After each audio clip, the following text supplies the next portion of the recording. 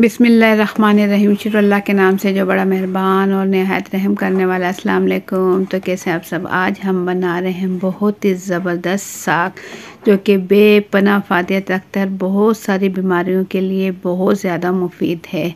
ये आज हम बना रहे हैं तारा मीरा का साग। इसे जमा का साग भी कहा जाता है। तारा मीरा का तेल तो आपने सुना होगा या इस्तेमाल किया होगा, जो कि बहुत ज़्यादा फ़ायदेमंद होता है खुश्की और ख़ारिश वगैरह के लिए।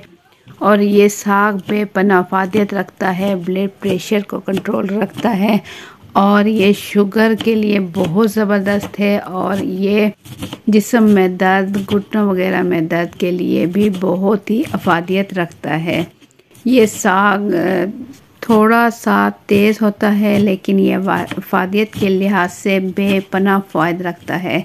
तो आज हम बना रहे हैं तारा मीरा का साग। इसकी हमने ले ली है 2 गुत्थी।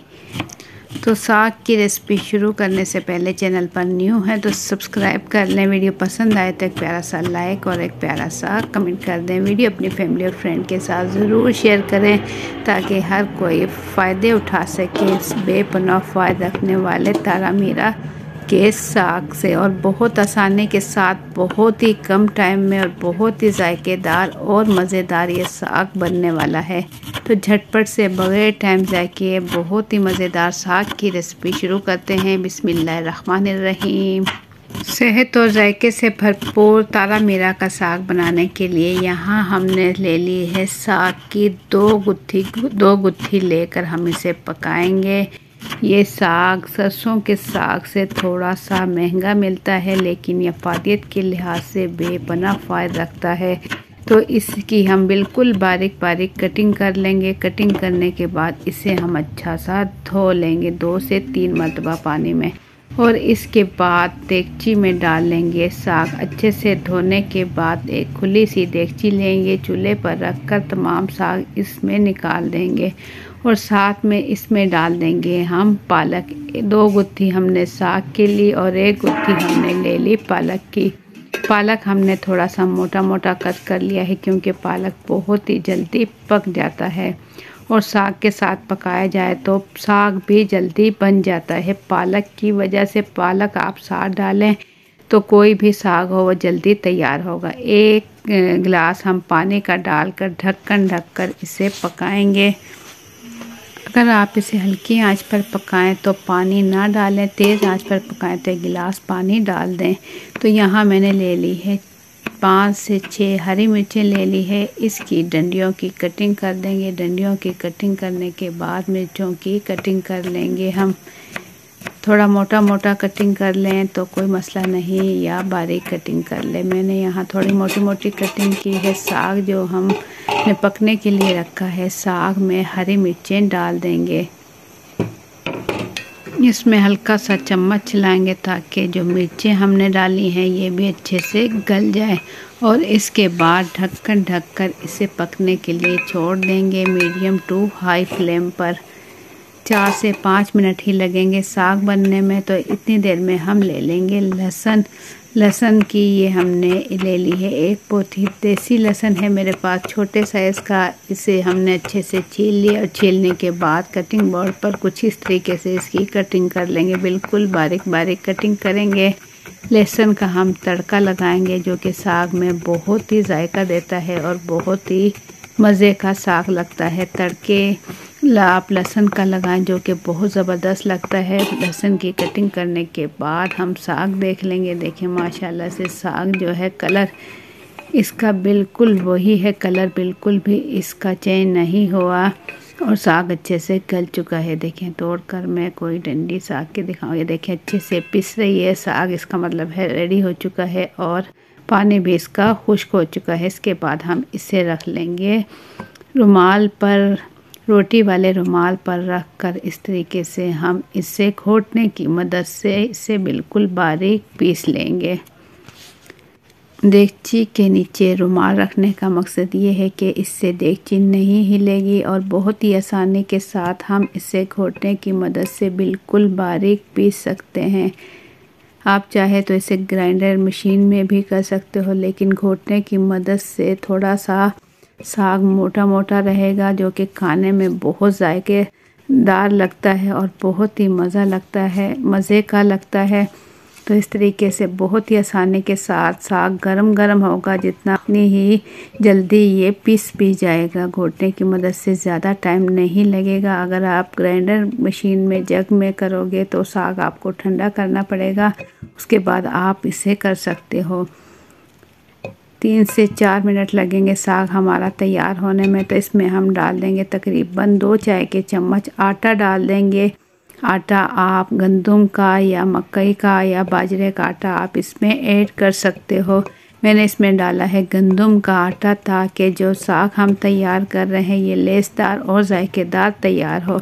और आटा डालने से ये होगा, जो इसका तेज़पन है साग का वो ख़त्म हो जाएगा और साग बहुत ही ज़्यादा क्रीमी और मज़ेदार तैयार होगा।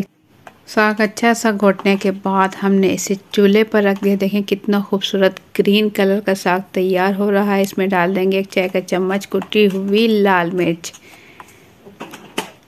और इसमें डाल देंगे थोड़े से मसालों के साथ यहाँ हम बनाएंगे बहुत ज़बरदस्त साग। नमक डाल देंगे 1 चाय का चम्मच, पिसी हुई लाल मिर्च इसमें शामिल कर देंगे आधा चाय का चम्मच और इसे अच्छा सा मिक्स कर लेंगे। इन मसालों को पहले इस साग में अच्छा सा मिक्स करेंगे देखें।